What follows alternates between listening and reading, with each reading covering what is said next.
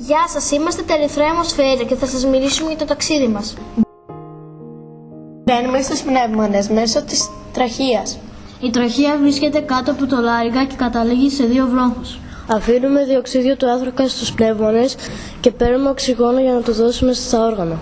Ο αέρας περνάει μέσα από το λάριγκα και την τραχεία, μέχρι να καταλήξει στους πνεύμονες και έξω από αυτούς. Μετά περνάμε στους βρόχους.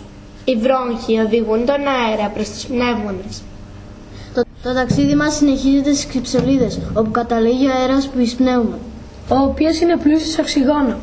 Παιδιά, ελάτε, τελειώσαμε τη δουλειά μας. Η στρατηγία η αποστολή μας ήταν επιτυχής. Τώρα φτάσαμε στο σκότη. Αυτό που έχουμε να κάνουμε είναι να πάρουμε το διοξείδιο του άνθρακα και να αφήσουμε οξυγόνο. Αποστολή εξετελέστη. Ας φύγουμε. Γεια σας και χαρά σας!